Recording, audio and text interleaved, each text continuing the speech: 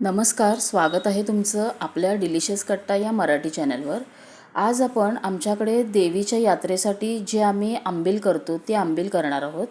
तर या आंबीलला आपण फोडणी घालत नाही, बिना फोडणीची आंबील असते, पण चवीला अतिशय सुंदर अशी लागते।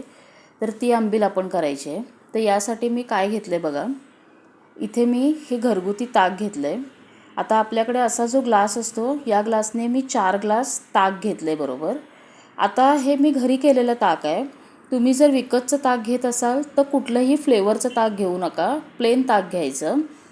आता हे ताक आहे, याच्यामध्ये आपण इथं मी बेसनचं पीठ घेतलं आहे। तर या चमच्याने मी एक 3 चमचे याच्यामध्ये बेसन पीठ घालणार आहे, पण हे पीठ आपण डायरेक्ट नाही घालायचं आहे। आता या वाटीमध्ये थोडं थोडं पाणी मिक्स करते।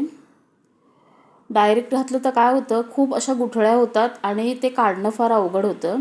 त्यामुळे अगोदर वाटीमध्येच पिठात पाणी घालून मिक्स करायचं आणि सगळ्या गुठळ्या मोडून घ्यायच्या। आता अगोदर मी हे व्यवस्थित असं मिक्स करून घेते। आता इथे मी या पिठामध्ये पाणी घालून असं गुठळ्या मोडून घेतल्या आहेत आणि एकसारखं केलं आहे। आता हे जे मिश्रण आहे बेसनचं ते या ताकात ओतायचं। आता कसं आहे, ताक जर तुमचं पातळ असेल तर तुम्हाला थोडंसं एक्स्ट्रा बेसनचं पीठ लागू शकतं, त्या अंदाजाने तुम्ही घाला। आता माझं ताक जसं आहे त्याप्रमाणे मी 3 चमचे याच्यामध्ये बेसन घातले आहे। आता तुम्ही तुमचं ताक कसं आहे त्यानुसार पीठ कमी जास्त करू शकताय। आता काय करायचं, याच्यामध्ये एक लहान चमचा आपल्याला हळद घालायची आहे आणि हे रवीने एकत्र असं घुसळून घ्यायचं, म्हणजे पीठ त्या ताकामध्ये व्यवस्थित मिक्स करून घ्यायचं।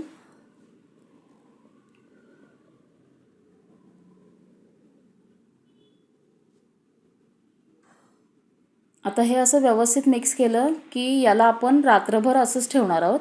तर याच्यावर एक झाकण ठेवायचं आणि हे भांडं बाहेरच असं रात्रभर ठेवून द्यायचं। आता हे बघा, हे ताक मी रात्रभर असं झाकून ठेवलं होतं। आता याला परत एकदा मिक्स करून घेऊया। आता याच्यासाठी आपण एक वाटण तयार करायचं आहे।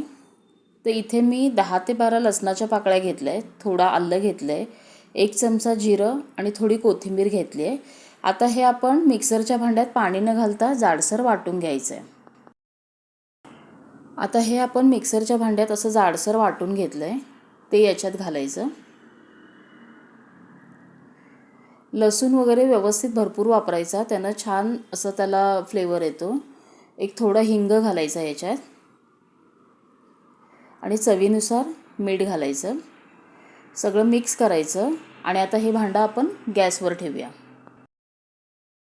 आता मी हे भांडं गॅसवर ठेवलं आहे, गॅस सुरू केला आहे आणि बारीक गॅसवरती आपल्याला हे शिजवून घ्यायचं आहे।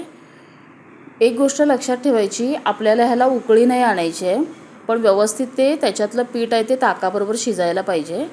त्यामुळे बारीक गॅसवरती अधूनमधून हलवत आपण याला शिजवून घ्यायचं आहे। आता मी याच्यात थोडी साखर घालणार आहे, तुम्ही गूळ घातला तरी पण चालेल आणि याला अजून थोडं शिजवून घ्यायचं आहे। आता मी याला बारीक गॅसवरती छान शिजवून घेतलं आहे, उकळी अजिबात आणलेली नाही आहे। आणि एक लक्षात ठेवायचं, आंबील असते ते खूप घट्टही नसते खूप पातळही नसते, अशा कन्सिस्टन्सीची आपण आंबील करायची आहे। आता आंबील शिजली आहे, गॅस बंद करूया। आता इथे आपली आंबील खाण्यासाठी तयार आहे। आपण याला जरी फोडणी घातली नसली तरी याची चव वेगळी असते, खूप छान असते। त्यामुळे माझ्या पद्धतीने तुम्ही एकदा नक्की ट्राय करून बघा।